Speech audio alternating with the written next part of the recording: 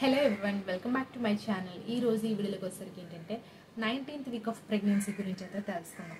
19వ వారంలో అసలు ఏం జరుగుతుంది, బేబీ డెవలప్మెంట్ అనేది ఎలా ఉంటుంది, ఈ 19th వీక్ ఆఫ్ ప్రెగ్నెన్సీలో ప్రెగ్నెన్సీ యొక్క సిమ్టమ్స్, అలాగే 19th వీక్ ఆఫ్ ప్రెగ్నెన్సీలో ఎలాంటి డైట్ మెయింటైన్ చేయాలి, అండ్ ఈ 19th వీక్ ఆఫ్ ప్రెగ్నెన్సీలో శిశువు యొక్క అభివృద్ధి పూర్తి డీటెయిల్స్ అయితే తెలుసుకుందాం. 19వ వారంలో కొన్ని జాగ్రత్తలు కూడా పాటించాలి. ఈ 19th వీక్ ఆఫ్ ప్రెగ్నెన్సీలో బేబీకి కొంచెం కిక్స్ మూమెంట్స్ ఇవ్వడం అలాంటివంతా జరుగుతూ ఉంటుంది. సో దాని యొక్క పూర్తి డీటెయిల్స్ కూడా కంప్లీట్గా అయితే తెలుసుకుందాం.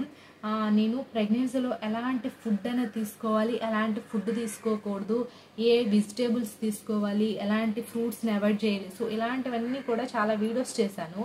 నేను కింద డిస్క్రిప్షన్లో ప్రెగ్నెన్సీ ఫుడ్ అనే ఒక ప్లేలిస్ట్ అయితే ఉంటుంది, ఒకసారి చూడండి, మీకు డౌట్స్ అనేది క్లారిఫై అనేది అవుతుంది. సో ఇప్పుడైతే మనం వీడియోలోకి అయితే వెళ్ళిపోదాం. అందుకంటే ముందు మన ఛానల్ ఎవరైనా ఫస్ట్ టైం చూసినట్లయితే వీడియోని లైక్ చేసి షేర్ చేసి సబ్స్క్రైబ్ అనేది చేయండి ఖచ్చితంగా. మన ఛానల్ అన్ని ప్రెగ్నెన్సీ వీడియోసే ఉంటాయి.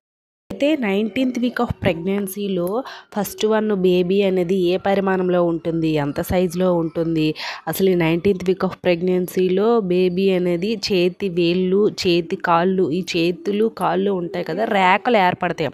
అంటే ఫింగర్ ప్రింట్స్ అన్నీ కూడా బేబీకి అనేది స్టార్ట్ అవుతుంది. సో ఈ ఫింగర్ ప్రింట్స్ అన్నీ కూడా స్టార్ట్ అయ్యి ఆ బేబీకి వేలు ముద్రలు అనేది చాలా నీట్గా ఈ 19th వీక్ ఆఫ్ ప్రెగ్నెన్సీ నుంచే స్టార్ట్ అవుతాయి. అలాగే ఈ 19th వీక్ ఆఫ్ ప్రెగ్నెన్సీలో బేబీ యొక్క బరువు అనేది ఎంత ఉంటుంది అంటే 240 గ్రాములు అయితే ఉంటుందండి. కొంతమందికి ఎక్కువగా ఉండొచ్చు, కొంతమందికి తక్కువగా ఉండొచ్చు. సో చాలామందికి ఏంటంటే తక్కువగానే ఉంటుంది. నార్మల్గా హెల్దీ బేబీ యొక్క వెయిట్ వచ్చేసరికి 240 గ్రామ్స్ అయితే, కొంతమందికి 200, 150, 180, సో ఇలా బేబీ యొక్క బరువు అనేది ఉంటుంది. అయితే ఈ సమయంలో బేబీ యొక్క పొడవు ఎంత పొడవు పెరుగుతుందంటే 15.4 సెంటీమీటర్స్ అయితే ఉంటుంది. సో ఈ 15 సెంటీమీటర్ల పొడవు అనేది ఉంటుంది. అయితే ఈ సమయంలో బేబీ ఏ పరిమాణంలో ఉంటుందంటే, మ్యాంగో ఉంటుంది కదా, బంగినపల్లి మామిడి పండు అంటారు కదా, ఆ పరిమాణంలో బేబీ యొక్క బరువు, ఆకారం, ఆకృతి అయితే ఉంటుంది. అది అండ్ నెక్స్ట్ వన్ వచ్చేసరికి ఏంటంటే, మనకి చాలామందికి 19th వీక్ ఆఫ్ ప్రెగ్నెన్సీ అంటే ఏ నెలలో ఉన్నామని కూడా చాలామందికి డౌట్ అయితే ఉంటుంది. So 19th week off pregnancy అంటే మీరు 5వ నెలలో ఉన్నారని అర్థం. సో అది అండ్ నెక్స్ట్ వన్ వచ్చేసరికి ఏంటంటే, 19th వీక్ ఆఫ్ ప్రెగ్నెన్సీలో బేబీకి మూత్రపిండాలు అభివృద్ధి అనేది చాలా బాగా జరుగుతుంది. అలాగే ఈ చేతులు, కాళ్ళు అనేది సమాన స్థితిలో బాగా పెరుగుతాయి. అదొక సిమ్టము. అండ్ నెక్స్ట్ ఈ 19th వీక్ ఆఫ్ ప్రెగ్నెన్సీలో కొంతమందికి గర్భిణీలకి బేబీ యొక్క మూమెంట్స్ తెలిసే అవకాశం అనేది ఎక్కువగా ఉంటుంది. మ్యాక్సిమం సెకండ్ ప్రెగ్నెన్సీ వాళ్ళకైతే చాలా ఫాస్ట్గా తెలుస్తాయి. సో ఫస్ట్ ప్రెగ్నెన్సీ వాళ్ళకి ఏంటంటే జస్ట్ లిటిల్గా ఆ బేబీ యొక్క కిక్స్ తెలిసే ఛాన్సెస్ అనేది ఈ 19th వీక్ ఆఫ్ ప్రెగ్నెన్సీలో అనేది ఉంటుంది. అదొకటి. అండ్ నెక్స్ట్ ఈ 19th వీక్ ఆఫ్ ప్రెగ్నెన్సీలో బేబీ అనేది పూర్తిగా అవయవాలన్నీ బేబీ యొక్క అంటే ఈ సమయంలో బేబీ యొక్క హెయిర్ అనేది చాలా బాగుంటుంది. అంటే ఎలా అంటే మనకి హెయిర్ గ్రోత్ అనేది బాగా పెరుగుతుంది ఈ సమయంలో 19th వీక్ ఆఫ్ ప్రెగ్నెన్సీలో. సో అది అండ్ నెక్స్ట్ వన్ అయితే ఈ 19th వీక్ ఆఫ్ ప్రెగ్నెన్సీలో బేబీకి అనేది తల వెంట్రుకలు అనేది బాగా పెరుగుతుంది. అది తల్లి తండ్రి యొక్క జీన్స్ బట్టి అయితే పెరుగుతూ ఉంటుంది. సో అది అండ్ నెక్స్ట్ వన్ వచ్చేసరికి ఏంటంటే, ఇప్పుడు గర్భిణీలో కొన్ని రకాల సిమ్టమ్స్ అయితే ఉంటాయి. ఆ లక్షణాలు ఏంటో తెలుసుకుందాం. ఫస్ట్ వన్ వచ్చేసరికి ఏంటంటే, గర్భిణీకి 19th వీక్ ఆఫ్ ప్రెగ్నెన్సీలో కొంచెం బేబీ బంప్ అనేది పెరుగుతుంది. సో బేబీ బంప్ పెరిగినప్పుడు కొంచెం లైట్గా బేబీ యొక్క మూమెంట్స్ కూడా తెలుస్తాయి. సో అది బేబీ యొక్క బెల్లీ బటన్ ఉంటుంది కదా, ఆ గర్భిణీ యొక్క బెల్లీ బటన్ అనేది కొంచెం బయటికి విచ్చుకున్నట్టుగా వస్తూ ఉంటుంది ఈ 19th వీక్ ఆఫ్ ప్రెగ్నెన్సీలో. సో అలా ఈ 5వ నెల మొత్తం కూడా వారం వారం పెరిగే కొలది ఇంకా ఆ బొడ్డు అనేది కొంచెం విచ్చుకున్నట్టుగా ఉంటుంది. సో అది అండ్ నెక్స్ట్ కొన్ని రకాల సంకేతాలు అనేది గర్భిణీ శరీరంలో అయితే మార్పులు అయితే చెందుతుంది. ఫస్ట్ వన్ వచ్చేసరికి ఏంటంటే గుండెల్లో మంట. సో ఈ గుండెల్లో మంట వల్ల ఏంటంటే సరిగ్గా తీసుకునే ఫుడ్ అనేది సరిగ్గా జీర్ణం అవ్వకపోవడం, గుండెల్లో మంట వల్ల ఏమీ తినాలనిపించకపోవడం, ఇలాంటివంతా జరుగుతాయి.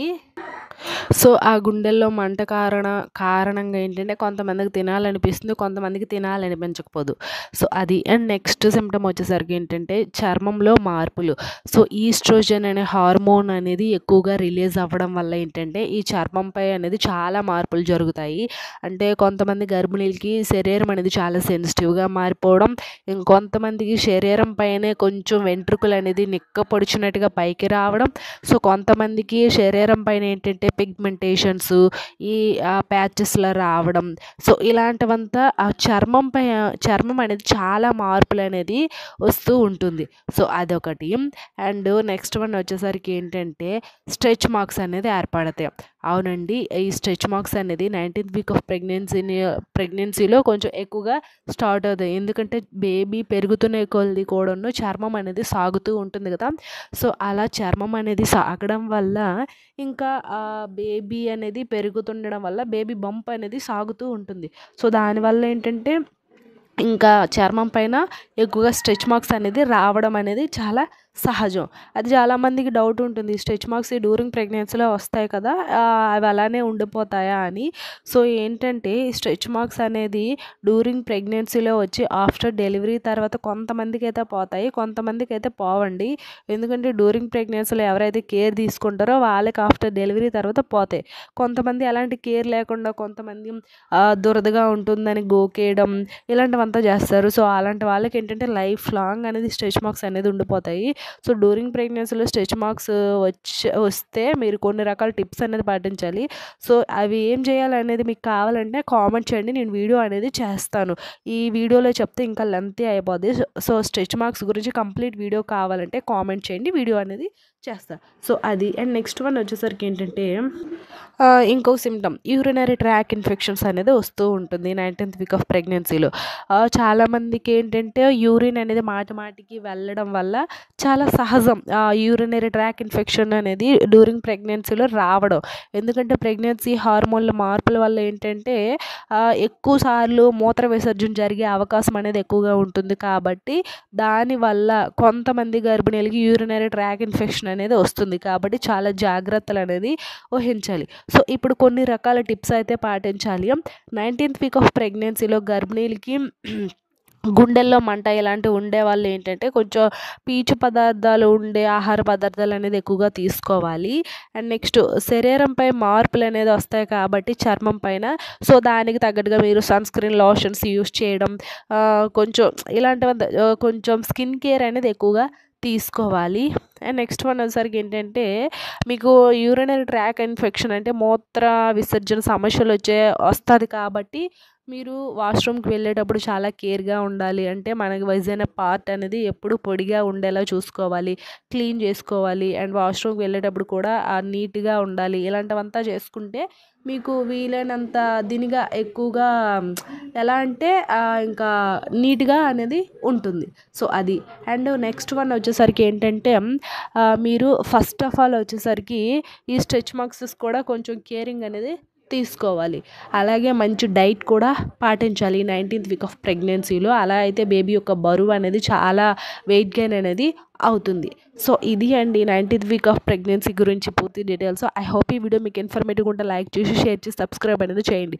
Thanks for the watching this video.